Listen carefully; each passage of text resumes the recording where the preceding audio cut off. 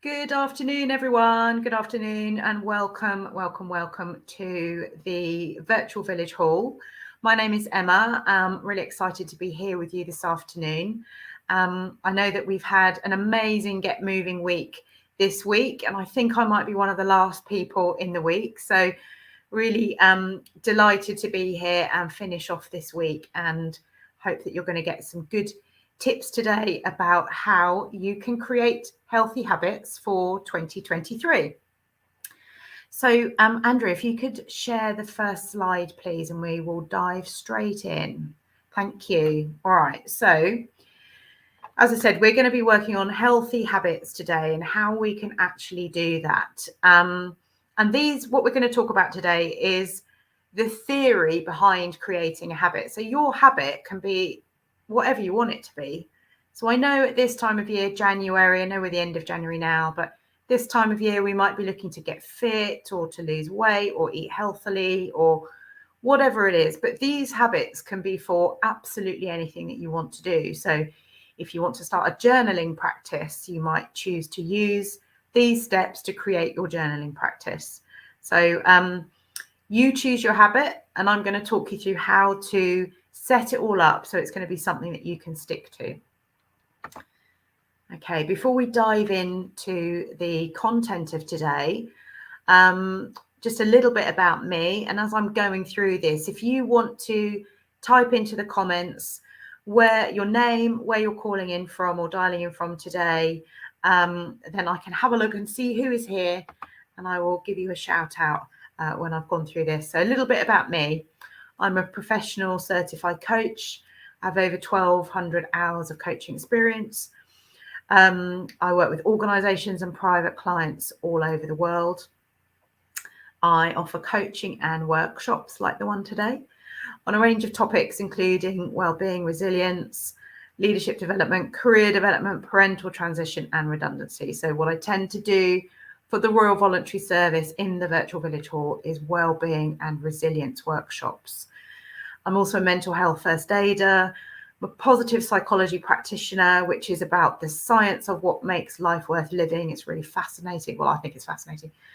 And I'm also a mindfulness meditation teacher, and I've done some sessions on mindfulness for the Virtual Village Hall. So that's a little bit about me.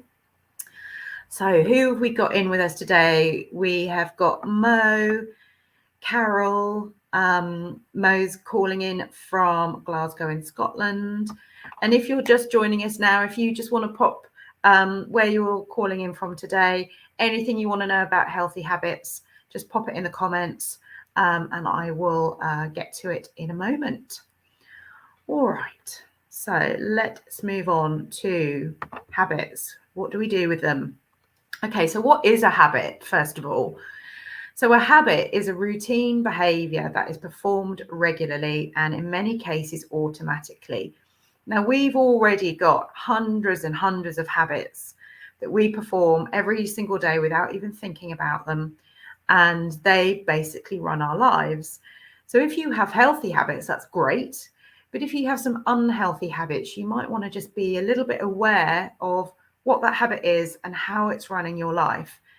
I'm just going to give you a little bit of an example. So you may have a habit of how you make a cup of tea or coffee. So you go to the kitchen, you might fill up the kettle, switch the kettle on, open the cupboard, get a cup out of the cupboard, shut the cupboard door, put the cup on the counter, put your tea and coffee in, fill up with the hot water, and so on.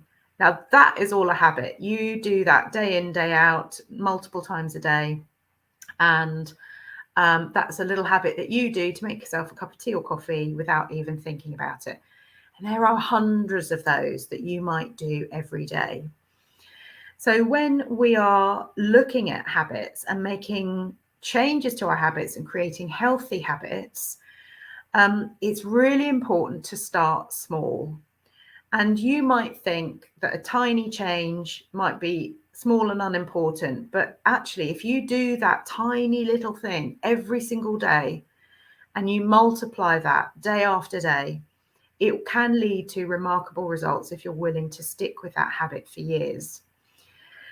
So, for example, you might say, right, well, I want to include a little bit more movement in my life. So I'm going to create a habit where I go for a walk around the block. And that walk around the block might take you 5 minutes. And you might think, it's only 5 minutes. It's not really worth doing.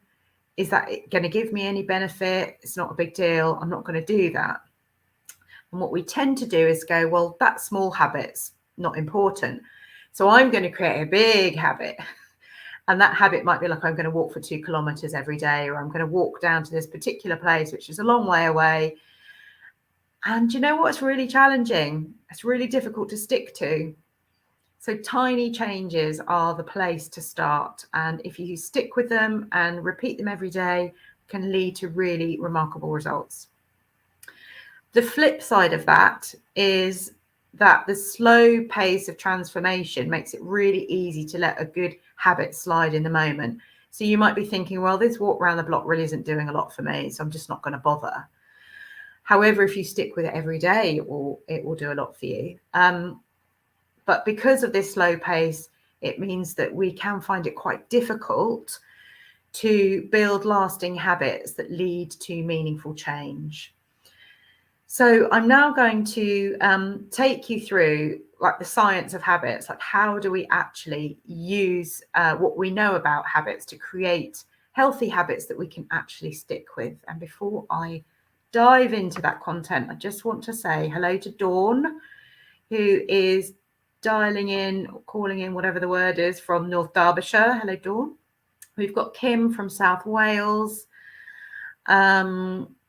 We have got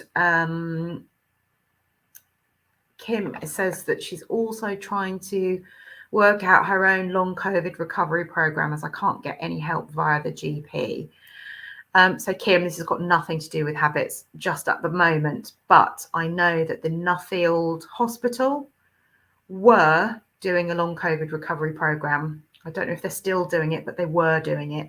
So that might be worth looking into. Nuffield Hospital. All right, so welcome to everyone that we've got with us so far. Let's dive into what do we need to do to create a healthy habit that we can actually stick to. So number one is you need to define your goal. So what is it that you actually want to achieve? So like I said, this time of year, it might be, I want to get fit, or I want to lose weight, or I want to create a journaling practice, or I want to do meditation every day, that kind of thing. So what is your goal that you want to achieve? And from the people that we've got in with us at the moment, if you just want to pop in the comments what you think your goal might be, that would be really helpful, because I might use that as an example as we go through the slides today. So first step, define your goal. Now, your habits are the systems and processes that lead you to the goal that you want to achieve, and these are best for making progress. So as a quick example, if you want to get fit, you might say, right, well, my goal is to walk around the block 3 days a week for 5 minutes. And the habits and systems and processes that actually get you there are, right, well, what days am I actually going to do that? What time is going to be a best time for me? Do I need to wear anything specific on my feet? And you create the habit that's going to get you to your goal. We're going to talk more about that later. So I've also created a workbook for this workshop today to help you. So all of the questions that I'm asking in the session today are in the workbook. Andrea is going to put a link in, well, she has already. Thank you, Andrea. So there's a link to download the workbook, and you can take the workbook away and you can have a bit more of a think about it in your own time and go through these questions that I'm going to run through today. So Dawn says she wants to shed her winter overcoat, i.e. lose a bit of weight. All right. Okay, let's see if we can use that as a bit of an example, Dawn. And if anyone wants to pop their goal in the comments, then we can use that as well. So number one, define your goal. So in Dawn's case, she might want to shed her winter overcoat, lose a little bit of weight. You might want to put a figure to how much you want to lose, and you might want to put a time scale. Now, whether you want to add that level of detail to your goal is entirely up to you. So goals are meant to be SMART, so specific, measurable, achievable, realistic, and timely.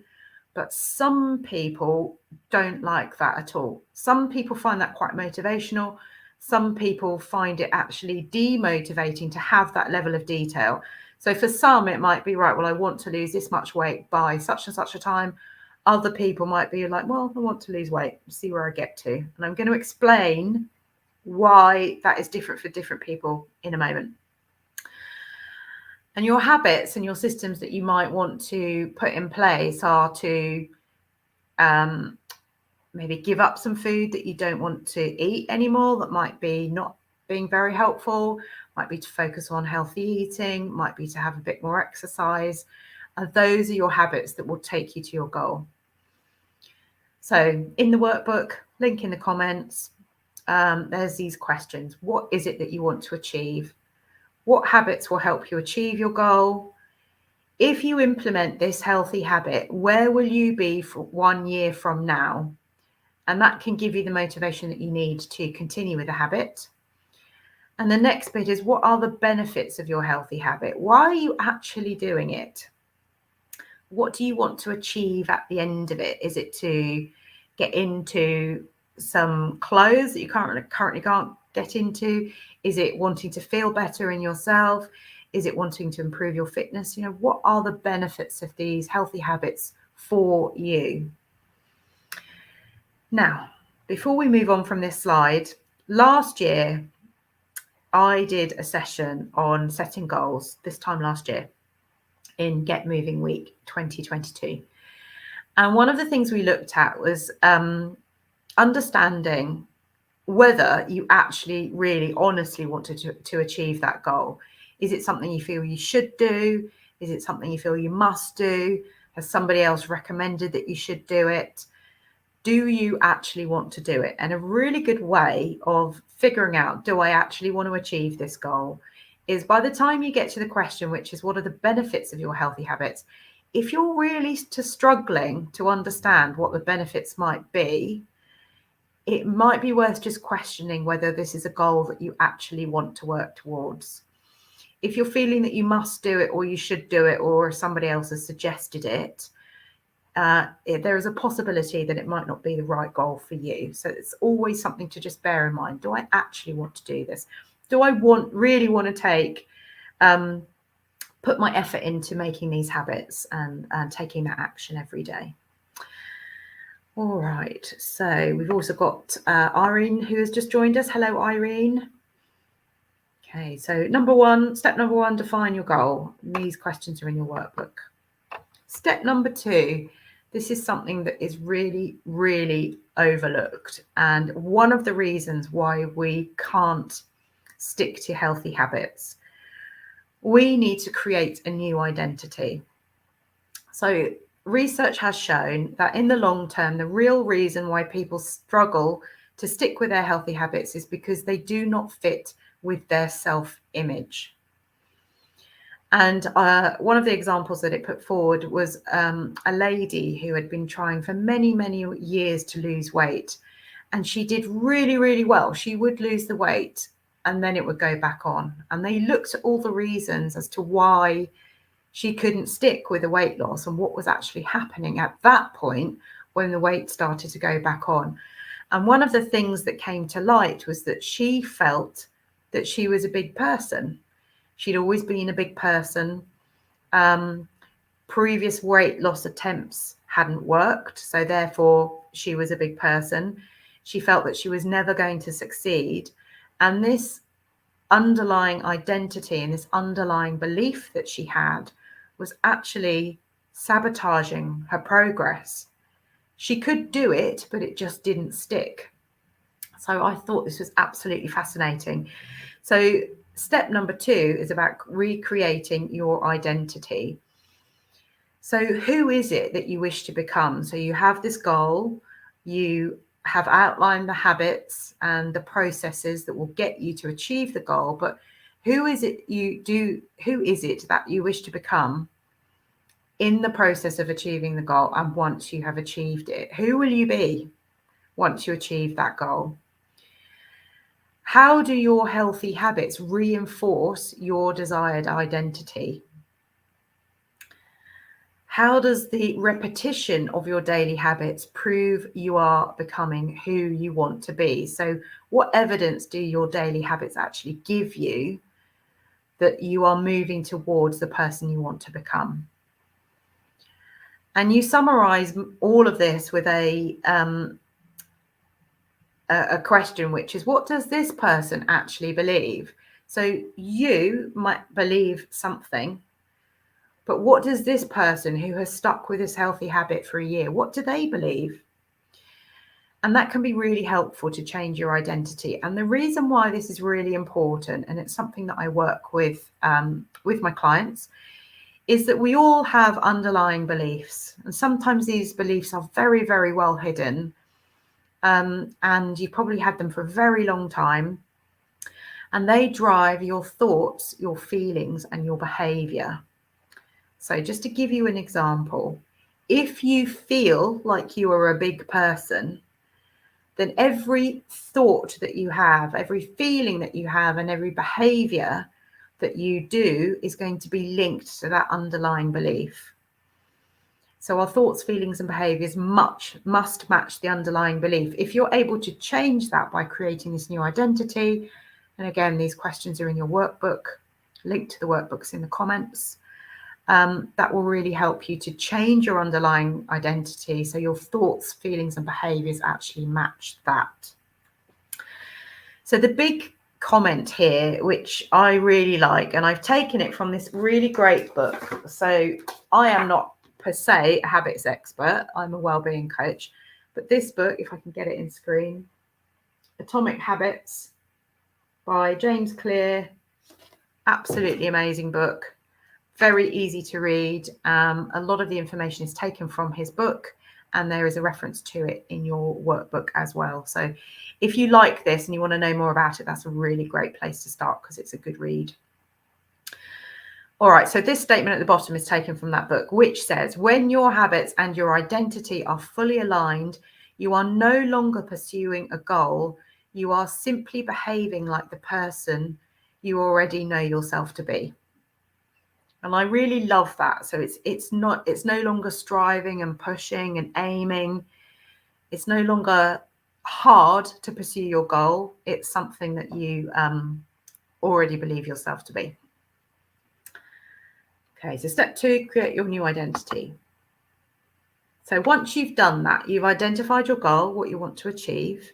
You identified the healthy habits that will take you to your goal, and you've created your new identity. The next step is you ignore the goal. And this is why I said some people really like SMART goals: specific, measurable, achievable, realistic, and timely. And some people really don't. And this is the reason why. And this is why I recommend that you actually ignore your goal. If you keep your goal in mind and your focus is on the end goal, you will always see the gap of where you are now and where you want to be. And that gap, especially if it is not closing at the rate that you expect, will be very demoralizing. So, for example, if you're looking to lose weight, some of the recommended advice is that you lose 2 pounds a week. Any more than that's probably not healthy, but 2 pounds a week is about right. If you are not losing 2 pounds a week and you're focused on your goal, you will end up being really demoralized because it's not happening as fast as you would like it to be.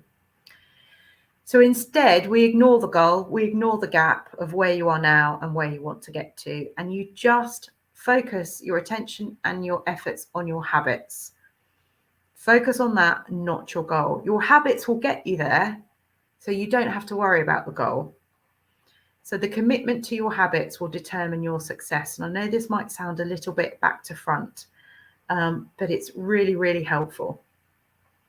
So that's my top tip in all of this. Once you set the goal and you've defined your habits, you've created your new identity, ignore the goal.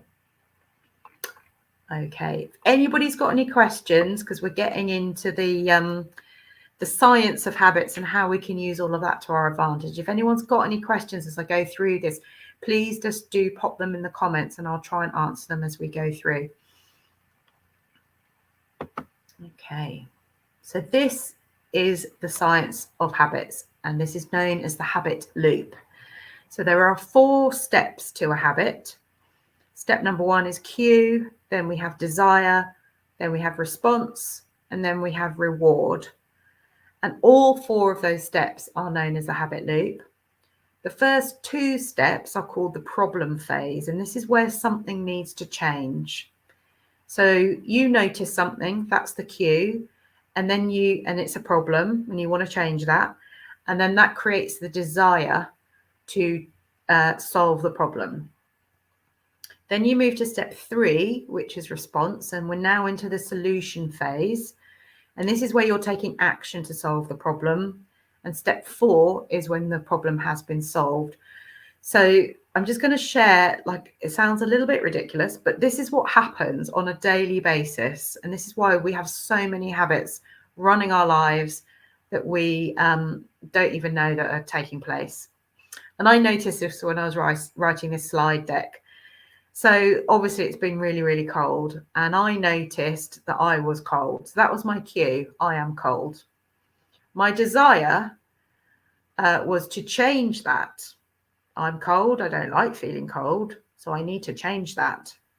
And my desire was to feel warm. And so then I moved into step 3, which is response. We're now in the solution phase. And my response was to go and get a cardigan. And then I put the cardigan on, and my reward was that I felt warmer. And I know this sounds very, very basic, but this is the stuff that happens every single day of our lives. We've got loads of these little habits that are running underneath the surface.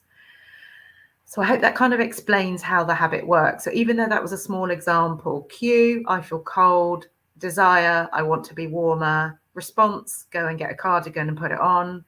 Reward, I feel warmer. Simple, but we can use these steps to our advantage when we're creating a healthy habit. So yes, using these steps to design long-lasting habits that we can stick with. So with the cue, we want to make it obvious. With the desire, we want to make it attractive. So it's going to be a really good thing to do. With the response, we want to make it easy, and with the reward, we want to make it satisfying. So we're going to use these 4 steps now, and I'm going to go through them all, and keep your goal in mind. Keep the habits that you would like to set up to reach that goal in mind as we go through the next few slides. And again, if anyone's got any questions, just let me know. Hello to Karen, who she's watching on Facebook. All right. Step 3, cue, make it obvious. So when you're designing your healthy habit, we need to make the cues for starting the habit really obvious. So there are 3 things that you can do. So number 1 is to write a habit plan. So this is where you write down what you're going to do, when you're going to do it, and where it will take place. So that turns into I will behavior at time in location. So if you're looking to get fit, you might say, for example, I will behavior, go for a walk around the block at time on Monday, Wednesday and Friday lunchtimes at 1 p.m. in location. Could be round the block to the local park, wherever you want it to be. So actually writing this down is very helpful because it means that you don't have to keep thinking about it. You don't have to keep making a decision, and you can just say, right, well, this is what I'm doing. And if you put that in your diary, then there is no decision making that goes along with it. You just get on and do it. So it's really, really clear about what habit that you are going to take. And the research has shown that the people who actually create a habit plan are twice as likely to follow through with it. So it's really worthwhile doing. I know it sounds really simple, but absolutely fantastic step. Step number 2 is called habit stacking. And this is where you identify a behavior you already do every day and you add in your new habit. So, for example, we talked earlier about the habit that you might have to make a cup of tea or coffee and the many, many steps that are involved in actually making your tea or coffee that you don't even think about it because it's so automatic, it's just a habit. So what we do with habit stacking is saying, right, after current habit, I will new habit. So for example, and this might be a little bit silly, but you can make your own little habit. You could say, after I've made my cup of tea, which is your current habit, I will do 5-star jumps, which is your new habit. And that can go towards your movement habit every day, for example. So your habit is that you make a cup of tea and then you're just sneaking in another habit below it. And you're creating a habit stacking statement. So after current habit, I will new habit. So it just becomes automatic. And after a few repetitions, you will make your cup of tea and then you'll just automatically do whatever the habit is that comes next.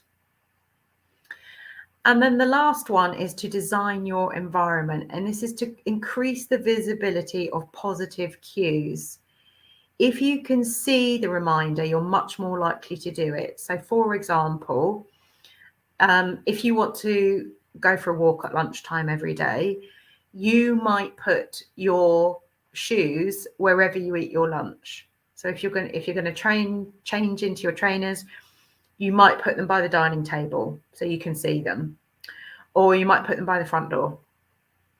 So this is where you create a little reminder for your habit and you make it really, really obvious.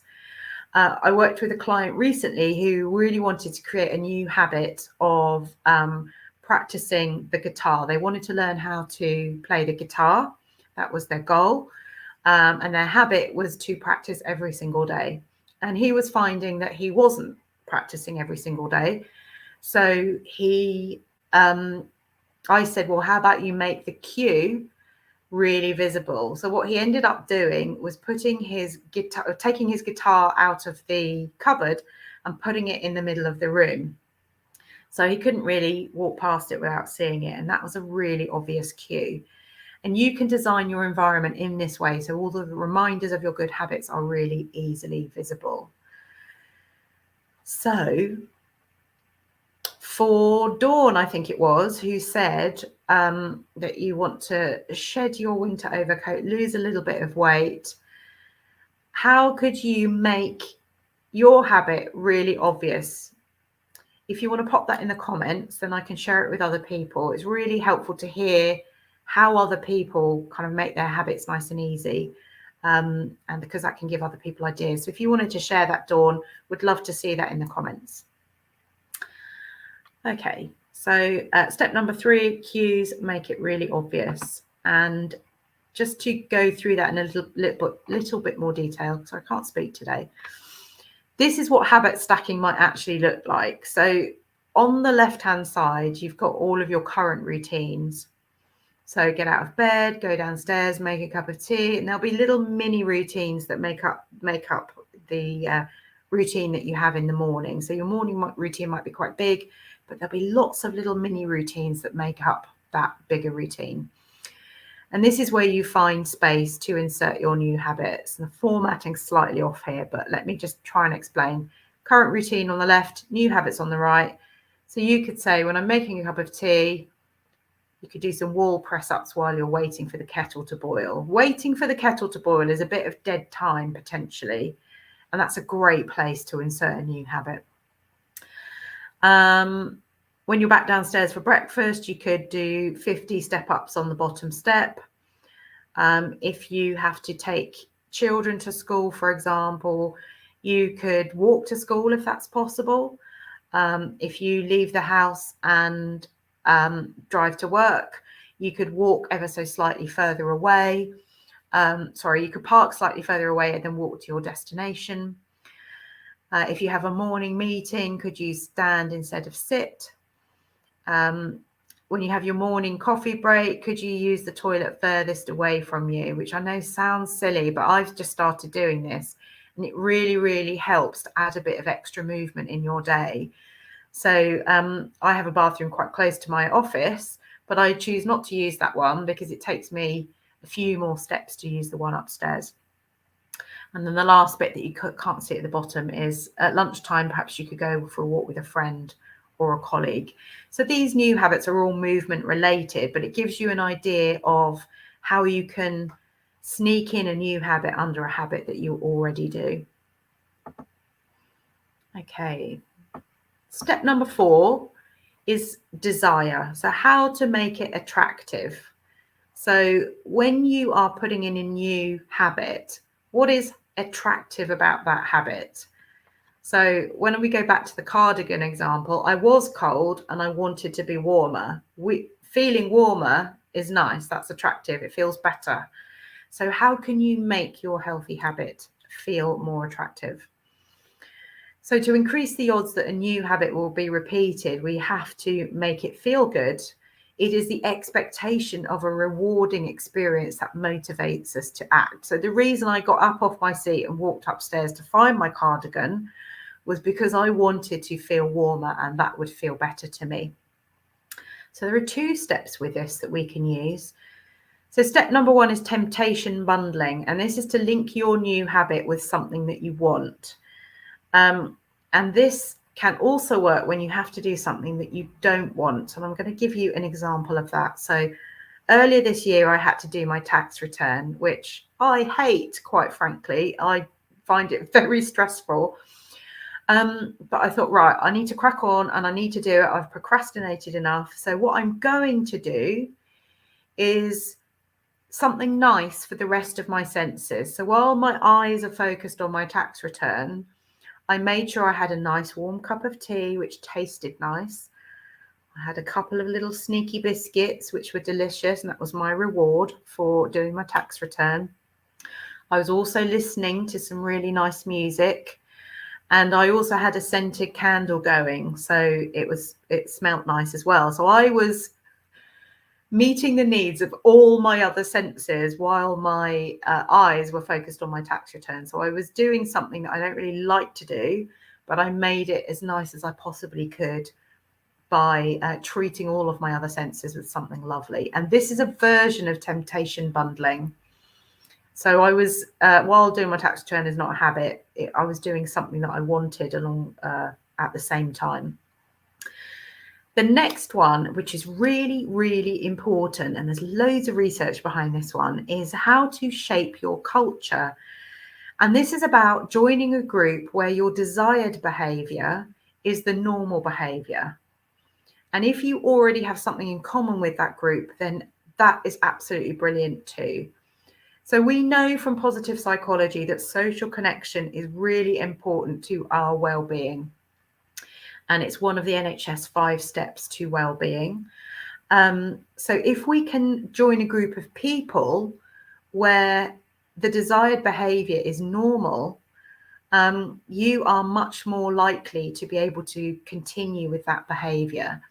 So if you surround yourself with people who have the habits you want to have yourself, the new habit will seem more achievable, and it will set your expectations for what is normal, and you will be able to achieve your habit together.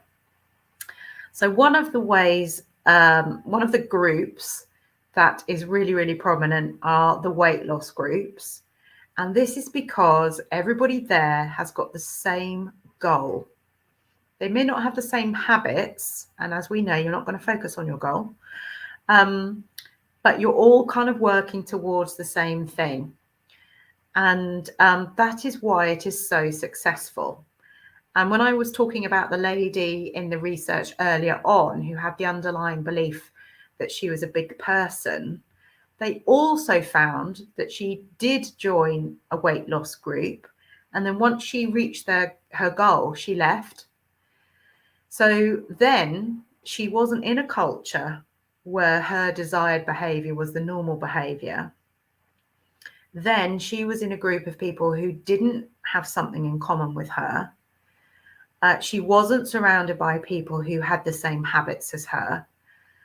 And her expectation for what was normal started to shift. So the biggest takeaway from that piece of research is that if you join a group like this to help you achieve your habits, you have to stay in that group once you have reached your goal in order to maintain your habits and to continue to reach your goal. So shaping your culture, having that social connection is absolutely essential, which is why I'm getting on my soapbox about it. But it's a really, really good way of helping you to stick with your habits and achieve your goal. Okie doke. So let's move on to step 5. And step 5 is the response. So now we are in the solution phase of the habit loop. So the first 2 that we've just gone through were the problem phase. Now we're in the solution phase. So now this is where you actually take action. This is where you actually do the habit that you've set out. So the only way a new habit becomes easy is through repetition. The more you repeat your habit, the better you get at it until it becomes automatic. So there's 2 ways that we can do this. So the first one is to reduce the friction. So if there is a lot of friction involved with actually taking action, or if it is hard for you to take action, then you just won't do it. So we need to reduce that friction and take away the barriers to taking action. This is because humans are hardwired to take the easiest option. And so what you need to do is find really simple ways to make your habit the path of least resistance. So this is where, putting your shoes by the front door or by the dining table to help you to go for that walk around the block is not only a cue, it is also a way of reducing friction. My shoes are right there. I don't have to go and rummage for them in the back of the cupboard. They're right there. It's easy for me to put them on. Again, the example with the guitar. So the guitar was right in the middle of the room. It was a cue, and it was also really easy to just pick up and play it for 5 minutes. If it was in the cupboard, it might be a bit of an effort to go and find it and dig it out. So that's one way of reducing friction. The 2-minute rule. Now, this is really helpful, I think. The 2-minute rule is when you start a new habit, the first 2 minutes should be absolutely the easiest thing in the world. Just doesn't even take any effort, no thought whatsoever to do the first 2 minutes. And this is known as a gateway habit. So if you have a gateway habit that makes the first 2 minutes super easy, then that leads you in to doing the challenging activity that might follow. And something that I was talking to Kath, who is a member of the Royal Voluntary Service. I was talking to Kath about this the other day, and I was saying that one of the gateway habits to healthy eating can be to get all of your ingredients out of the cupboard for that night's meal. Maybe not the meat or the stuff that needs to stay in the fridge, but everything else, bring it out of the cupboard, put it on the counter. So it is not only a cue for you to remind you that that's what you're going to have for dinner that night, but if you're feeling pushed for time, or you're tired, or you just can't be bothered, all of the ingredients are right there. You can also take this one step further. And let's say at the end of the day, if you're feeling like you just don't have any energy left and you really can't be bothered to make that, at some point earlier in the day, you could prepare all of those ingredients. So you could chop the onions, and you could crush the garlic, or chop the vegetables, or weigh out the rice, or whatever it is that you're doing for the meal that you're eating. You could prepare as much of it as you can at a point when you feel like you've got energy in the day. And then when it gets to the time when you need to make the meal, it's already there. That's your gateway habit. Getting everything out of the cupboard makes the challenging activity later on in the day very much easier.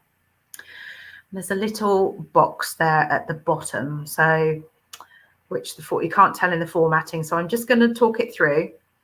So let's say you have an overriding goal that you want to run a marathon. And that's at the very hard end. That's your goal. And that's on the right-hand side of this box.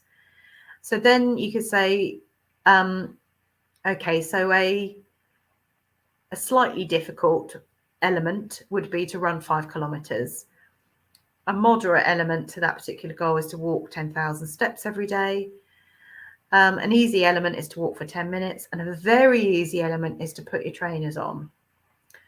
So while your goal might be to run a marathon, your 2-minute rule gateway habit is to put your trainers on. And then what follows is that you go for a run for however long you like, but you've already done the easy thing. I think this is a really often overlooked point of creating habits. So yeah, really encourage you to have a look at that in your workbooks. Okay, step number 6, reward. This is the last element of the habit loop. And it is about making it satisfying. So you've noticed that there's a problem, you have a desire to fix the problem, you've actually taken the action to fix the problem, and the reward is that the problem is now fixed. So we're in solution phase. The reward is the end goal. So what we want to do with the reward is to make it really satisfying. Now, obviously, most habits are to solve a problem, and the fact that you're taking action means that it will be satisfying. So with my cardigan example, the reward is that I was warmer and that felt better. But if you're starting a new habit, the end result might not be satisfying. And this is part of the science of habits. So if you're trying to create a healthy habit, the reward might not be satisfying, but that's all part of the journey of getting towards your goal. If you have an unhealthy habit, if you can think about something in your life that is probably not very healthy, that maybe you don't want to continue with, the chances are that reward is hugely satisfying.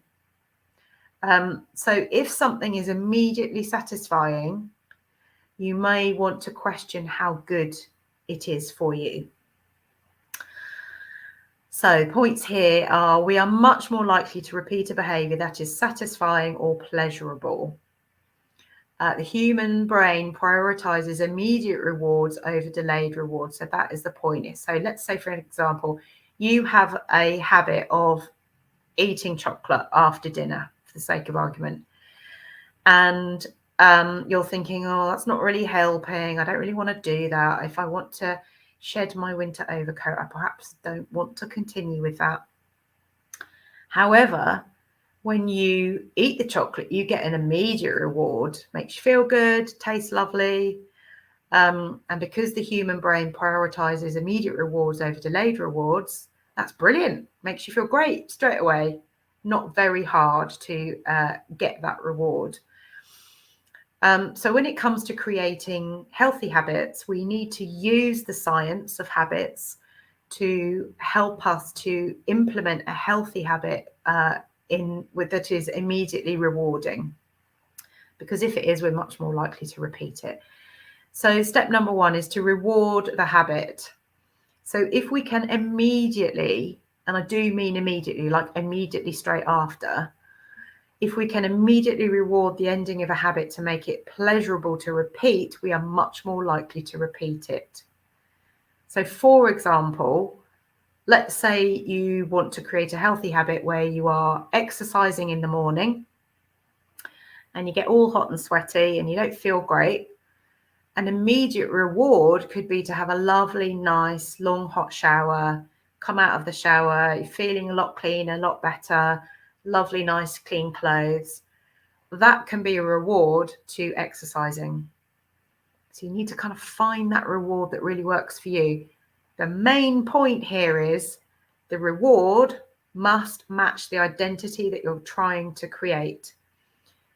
So if your identity is to become a person who values fitness, the reward is not to then sit and watch TV for an hour, because it goes against the identity that you're trying to create.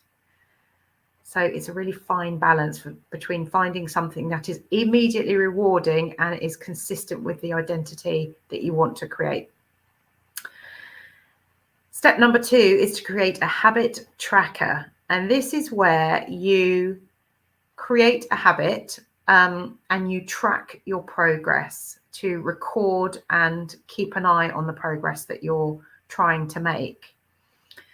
The point of this is a habit tracker also works on the other elements of the science of habits.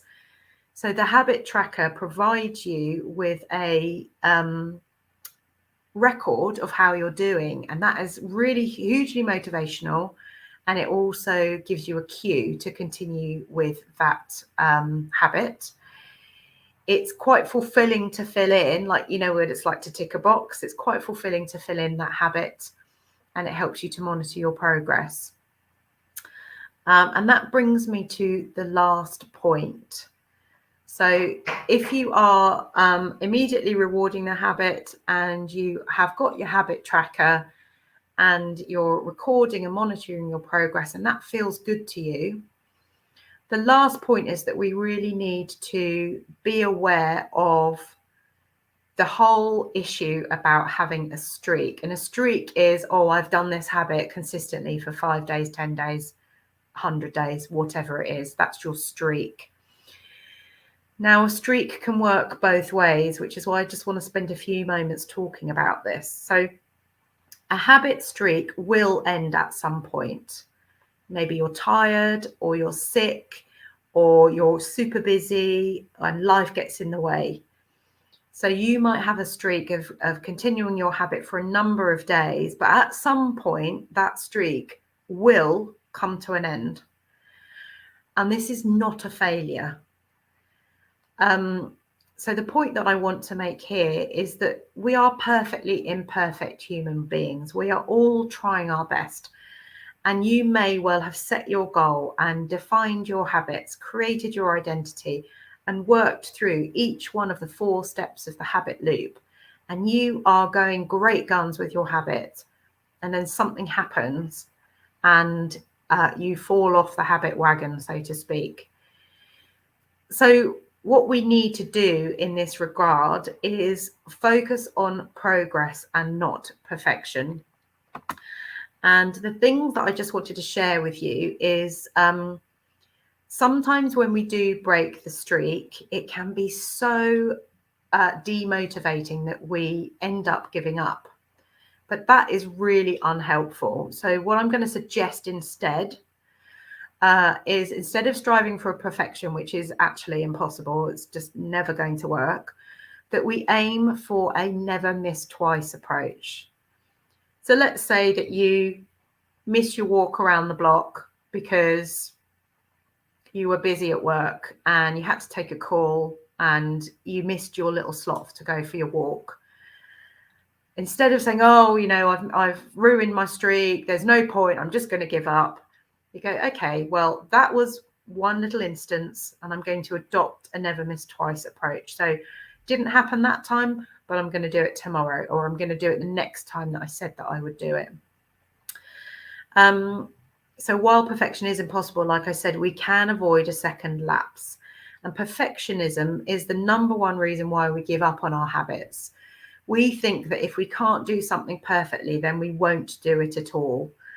But however, failure and the learning that comes with when things go wrong is a really important part of making meaningful change.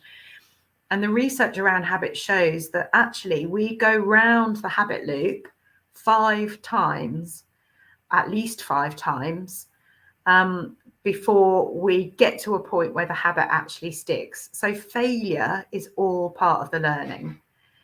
And in fact, failure, or fail, stands for, in my book anyway, it stands for all I've learned. So if you have a streak going and it doesn't go according to plan, then look for the learning in that failure, and there will be some. So what we're going to do instead is we're going to practice streak with a twist. So this is about marking your habit tracker with a blip when things go wrong. So you're like, okay, well, I didn't do it that time. It's not the end of the world. What can I take from that? what can I learn from that to try and make sure it doesn't happen again. We're going to adopt a never miss twice approach as far as you possibly can. Obviously, this doesn't work if you're sick or you're struggling with something particular.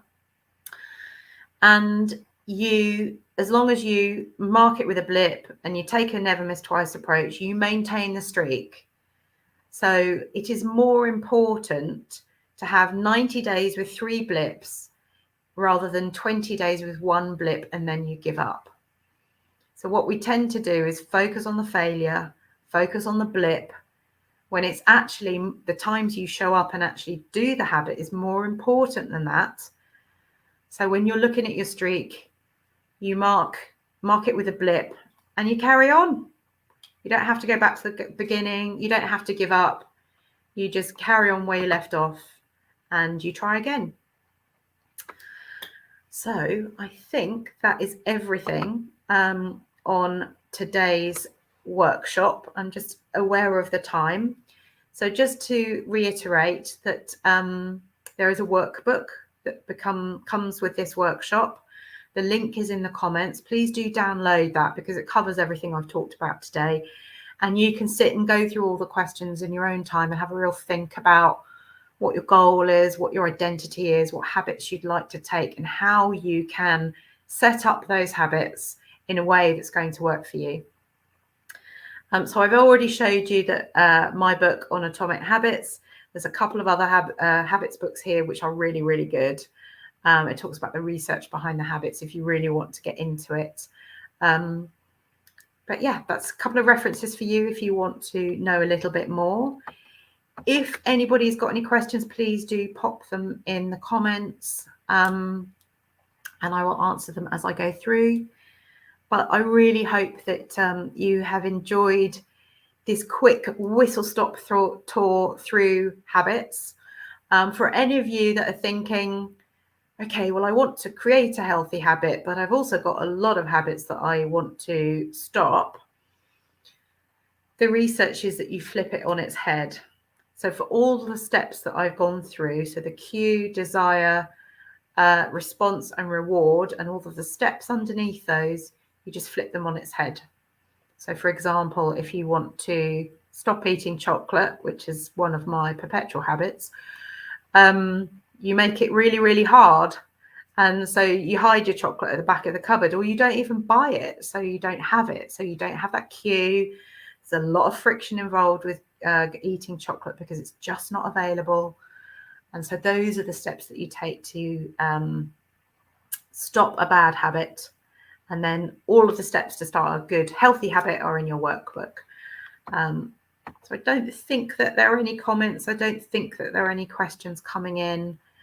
So I just want to say thank you so much for joining me today. I know this is probably quite a full-on workshop to have on a Friday afternoon. So if you stuck with me throughout this workshop, thank you so much for joining me. It's been really lovely to be back in the Virtual Village Hall. And thank you so much to the Royal Voluntary Service for having me back. And I hope to see you all again next time. Wishing you a wonderful weekend. Good luck with your habits. And I look forward to seeing you soon. Take care. Bye-bye.